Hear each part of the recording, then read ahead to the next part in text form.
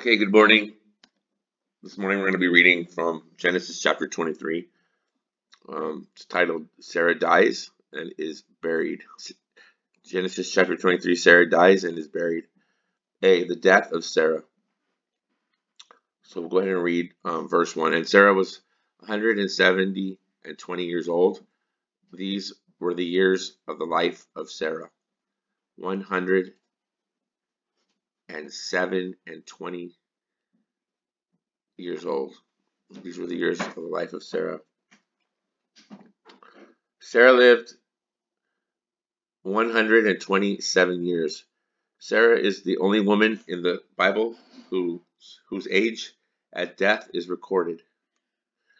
Sarah is the only woman in the Bible whose age at death is recorded. This gives us some measure of how highly she is regarded in the Bible. B, the life of Sarah. Nowhere in the Bible are we told to look to Mary, the mother of Jesus, as an example of a godly woman. Nowhere in the Bible are we told to look to Mary, the mother of Jesus, as an example of a godly woman. Twice we are told to look to Sarah as such an example. And those are, the two places are Isaiah chapter 51, verses 1 through 2, that says, "Listen to me, you who follow after righteousness, you who seek the Lord, look to the rock from which you were hewn, and to the hole of the pit from which you were dug. Look to Abraham your father, and to Sarah who bore you.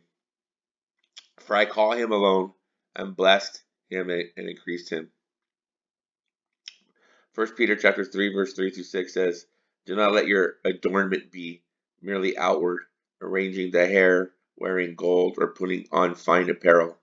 Rather, let it be the hidden person of the heart, with the incorruptible beauty of a gentle and quiet spirit, which is very precious in the sight of God.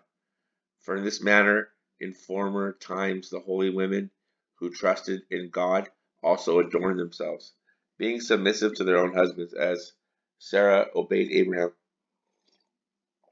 and calling him Lord, whose daughters you are if you do good and are not afraid with any terror." Verse 2. And Sarah died in Kirjath Arabah. The same is Hebron in the land of Canaan. And Canaan came to mourn for Sarah and to weep for her. Now I'm reading on another computer you guys can't see. That it helps with commentary. So, as Abraham came to mourn for Sarah, Abraham felt his loss of Sarah deeply and wasn't afraid to mourn, though he did not sorrow as those who hope. Which is found in 1 Thessalonians 4:13. It says, "But I do not want you to be ignorant, brethren, concerning those who have fallen asleep, lest you sorrow as others who have no hope." That is, he set himself deliberately to all the functions of a mourner voice, and to weep for her. Abraham's mourning was demonstrated in the appropriate way. The man of great faith, the friend of God, wept for the loss of Sarah's companionship. There was nothing weak or unbelieving about the tears of this man of faith. To weep for a loved one is to show that we have been close, that the loss is keenly felt, that death is an enemy, and that sin has brought this sad punishment upon the human race. Boys. So now we're going to read verses 3 through 9. It says, "And Abraham stood up from before his dead, and spake unto the sons of Heth, saying, I am a stranger and a sojourner with you. Give me a possession of a burying place with you, that I may bury my dead out of my sight. And the children of Heth answered Abraham, saying unto him, Hear us, my lord, thou art a mighty prince among us. In the choice of our sepulchres bury thy dead. None of us shall withhold from thee his sepulchre, but that thou mayest bury the dead, thy dead. And Abraham stood up and bowed himself to the people of the land, even to the children of Heth. And he communed with them, saying, If it be your mind that I should bury my dead out of my sight, hear me, and entreat for me to Ephron, the son of Zohar, that he may give me the cave of Machpelah, which he hath, which is the end of his field. For as much money as it is worth, he shall give it me for possession of a burying place amongst you. I am a foreigner and a sojourner among you. Abraham did not feel this way because he came from Ur of the Chaldeans. It was because he recognized his real home was heaven. Moses knew the same and commanded Israel to know it. In Leviticus chapter 25, verse 23 says, The land shall not be sold permanently, for the land is mine, for you are strangers and sojourners with me. David also knew this truth in 1 Chronicles 29, 14 and 15, which reads, But whom am I, and who are my people, that we should be able to offer so willingly all as this? For all things come from you, and of your own we have given you. For we are aliens and pilgrims before you, as were all our fathers. Our days on earth are as a shadow and without hope. Psalm 39:12. Hear my prayer, O Lord, and give ear to my cry. Do not be silent at my tears, for I am a stranger with you, a sojourner as all my fathers were. Give me property for a burial place among you. Abraham had a particular property in mind, the cave of Machpelah. That property was in the land of Ephron, the son of Zohar, in his travels around Canaan.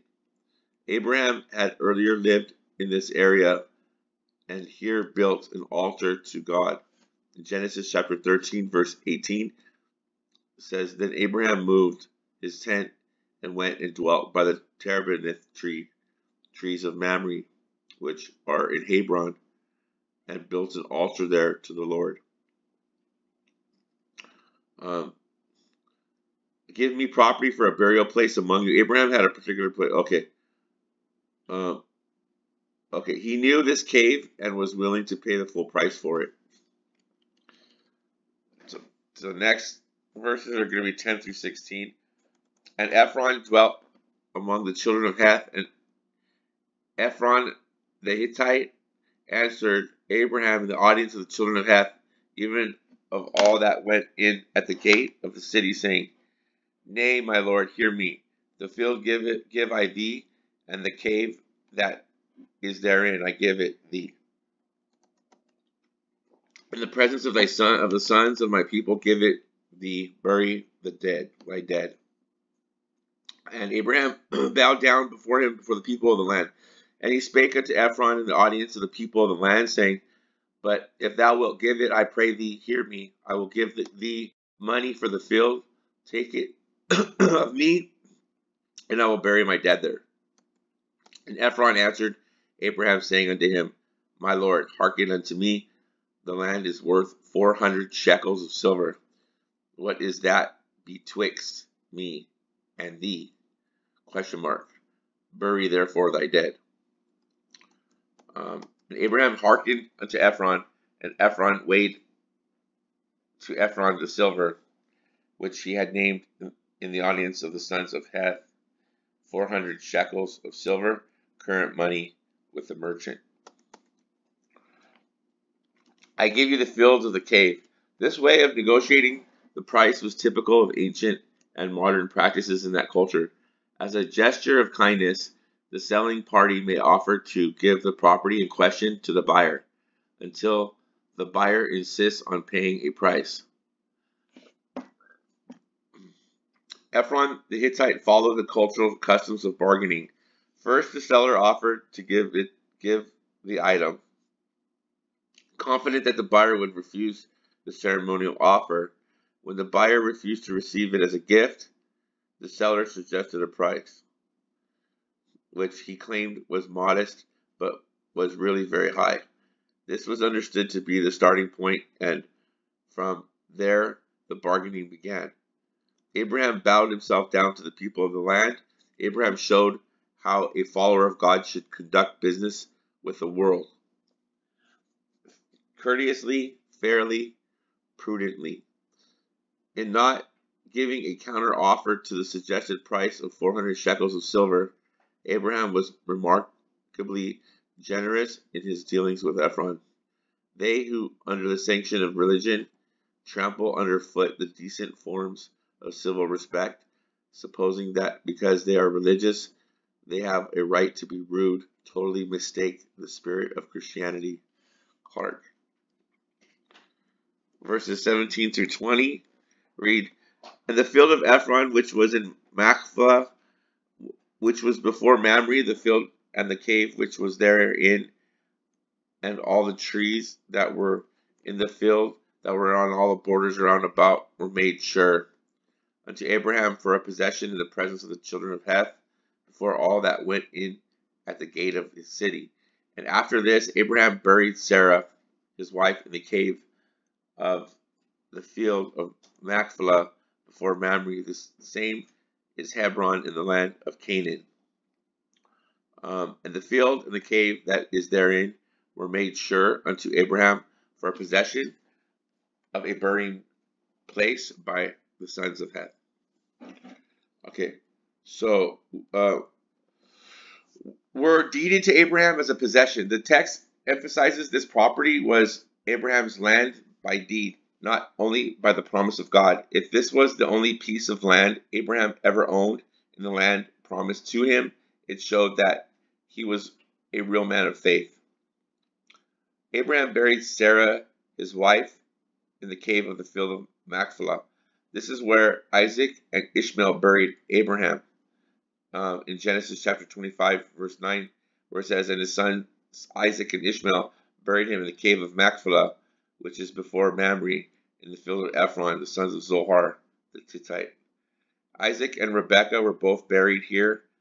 In Genesis chapter 49:31, it says, "They were buried there. They buried Abraham and Sarah his wife. There they buried Isaac and Rebekah his wife, and there I buried Leah." Jacob buried Leah here, Genesis chapter 49:31. They were buried there. They buried Abraham and Sarah his wife. Whoops.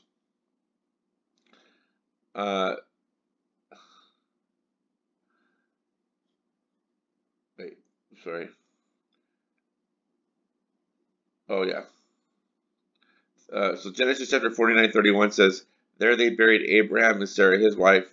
There they buried Isaac and Rebekah his wife, and there I buried Leah." And Joseph buried Jacob here. So this is like a plot. This is like a cemetery back in the day. It was in Machpelah, the cave of Machpelah.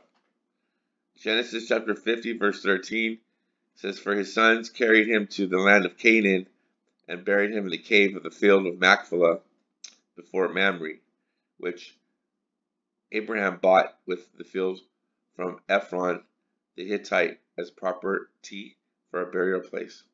The cave of Machpelah near Hebron was the great tomb of the patriarchs.